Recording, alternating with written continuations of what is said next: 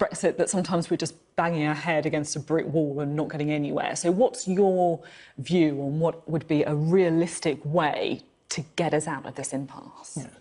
Well, thank you. Well, the first thing is I actually resigned because I couldn't vote for Theresa May's withdrawal agreement. And I couldn't vote for it because I think whether you voted Leave or Remain, no sovereign country can sign a deal where everything the other side wants is in an international treaty that is legally binding, and everything that we could possibly want is in a document that could be reneged on. And I think we were giving up a lot and getting nothing in return. That's why I didn't vote for it. And then I began to look at how you solve the Brexit impasse. And the more I looked at it, the more I realised, actually, there is no majority for any Brexit option in Parliament. And I made this call back last December. And it seemed to be ahead of the time. But if we look at what's happening over the last few weeks, we've had indicative votes on all the different Brexit options, that there is no majority for anything. So if there's no majority for any Brexit option, what would happen is if Parliament came up with anything, people would regard it as some kind of stitch-up. So if Theresa May got away and had a customs union deal with Jeremy Corbyn, those who want no-deal Brexit would say that's a parliamentary stitch-up, they don't want it. If Theresa May's deal went through, those who want no-deal Brexit would say it's a stitch-up. And I thought, if that is where we're going to end up, where everyone is going to feel betrayed, then maybe the answer is to let the people back into the process, to actually say that now that we know what is negotiable, that they're willing to go ahead in those terms. I mean, you say that there's no majority for anything in the House of Commons, which is clearly true, but the reason there's no majority is because MPs are just unwilling to compromise from their positions. We can have a little bit of a listen to what one of your former colleagues, Nick Bowles, said after he decided on Monday to quit the Conservative Party. I have failed chiefly because my party refuses to compromise. I regret, therefore, to announce that I can no longer sit for this party.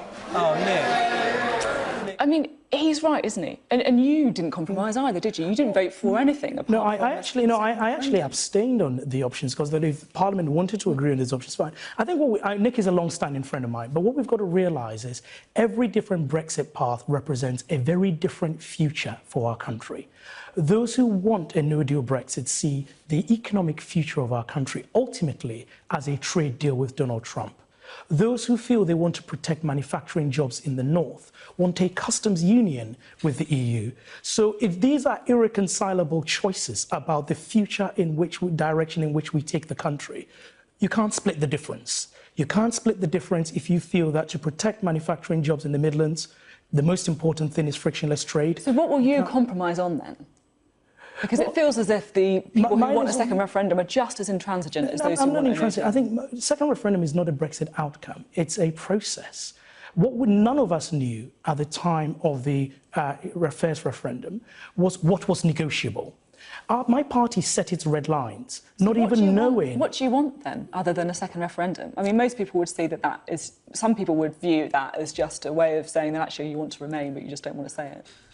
I would campaign for Remain in a second referendum versus Theresa May's deal, because Theresa May's deal takes us out of the EU but delivers no material benefits.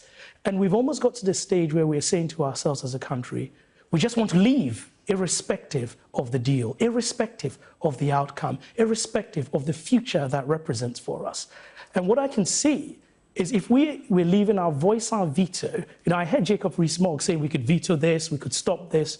We're leaving all that we have in return for an uncertain future. Now, if someone was to be able to say to me that we could deliver what we said we would deliver in our manifesto, which is we would have a bespoke trade deal that will not just preserve the current benefits, but put us in a position where we did better, then I'm all ears. But my position is not very different to John Redwood. When I listen to John Redwood in the House of Commons, I agree with him on his analysis of Theresa May's deal.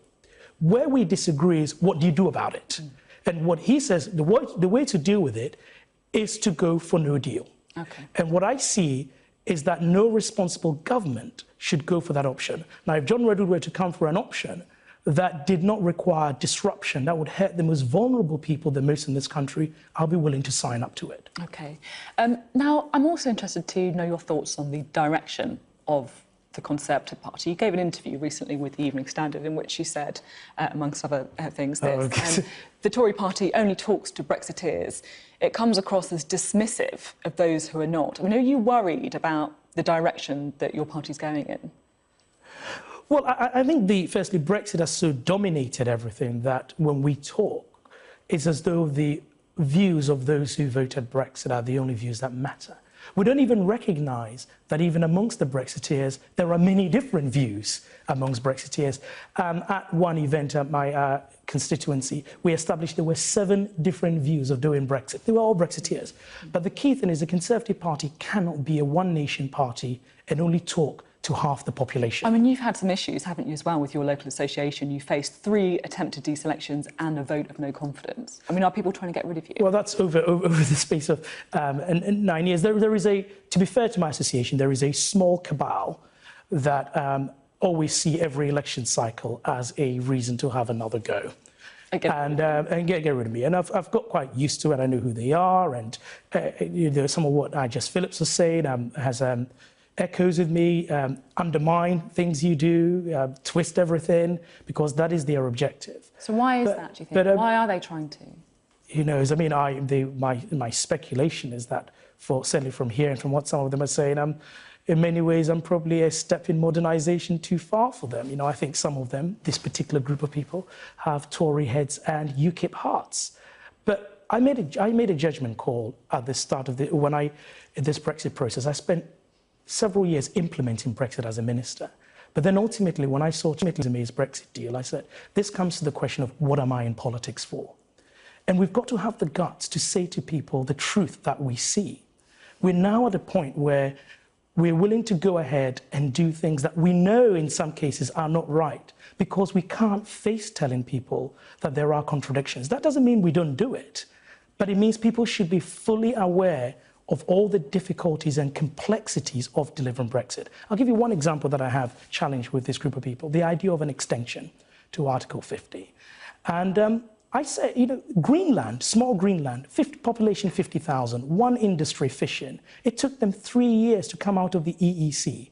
We are the 5th largest economy in the world. We've been in the EU, which is far more integrated, for 45 years. My argument is the idea that we can negotiate and come out in 2 years doesn't work. But when I say this, people think you're just trying to frustrate the process. I think I'm levelling with people on the stark reality of the situation in which we are. It was interesting hearing you say a little earlier in your answer that for some you think that you're a step in modernisation. I thought you were going to pick up on that. Because it's interesting, you were a bit of a rising star under David Cameron, weren't you? You know, you were his parliamentary private secretary, you were a minister.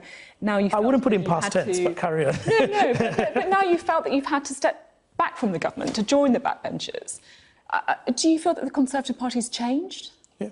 Well, I didn't want to be an ex-minister, and I certainly didn't want to be an ex-minister at this stage in my career. But the country and the party face a very different challenge now to, I don't think being a time-serving minister is what I want to be. I want to be out there and able to speak up on the big debates of our time. You know, free trade, the future of the party would have been, by the time the next election comes, whenever it comes, would have been in power for too long. What is your view on the future of the party? Putting Brexit aside, what is your view on that? Is it at risk?